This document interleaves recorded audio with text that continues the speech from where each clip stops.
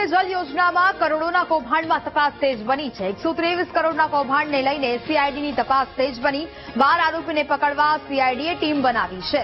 સાબરકાંઠાથી ડાંગ સુધી અધિકારીઓની તપાસ કરાશે।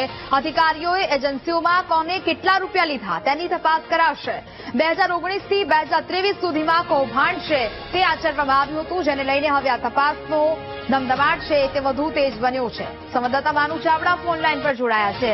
માનુ, મહીસાગરમાં નલ સે જલ યોજનામાં કરોડોના કૌભાંડને લઈને તપાસ તેજ બની છે, શું અપડેટ? નેહા, મહીસાગર જિલ્લામાં નલ સે જલ યોજનામાં 123 કરોડ રૂપિયાનું કૌભાંડ આચરવામાં આવ્યું છે।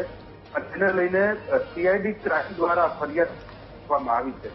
અત્યારે હાલ તો આ જે કૌભાંડ છે તેમાં આરોપીઓને પકડવા માટે સીઆઈડીએ તપાસ શરૂ કરી છે। સાબરકાંઠાથી ડાંગ સુધીમાં જે અધિકારીઓ અને એજન્સીઓ કામ કરતા હતા, કોને કેટલા રૂપિયા લીધા છે, આ તમામ દિશામાં તપાસ કરવામાં આવી રહી છે। 2019 થી 2023 સુધીમાં કૌભાંડ આચરવામાં આવ્યું।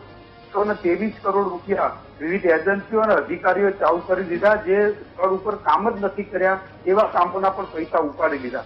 હવે જે કૌભાંડ માટે સીઆઈડી ક્રાઇમ 3 જેટલી ટીમો બનાવી છે અને વિવિધ દિશામાં ટીમો કામ કરી રહી છે। કોને કેટલા પૈસા લીધા છે એ દિશામાં પણ તપાસ કરવામાં આવી રહી છે। ટૂંક સમયમાં જ સીઆઈડી ક્રાઇમ છે ધરપકડનો દોર પણ શરૂ કરશે। અનેક લોકોના નામ ખુલશે। અત્યારે હાલ તો આ 12 આરોપીઓ પકડાયા છે અને સીઆઈડી ક્રાઇમ દ્વારા એવી ટીમો બનાવી અને તપાસ કરવામાં આવી રહી છે। જી નેહા। બિલકુલ માનુ, જાણકારી બદલ આપનો આભાર।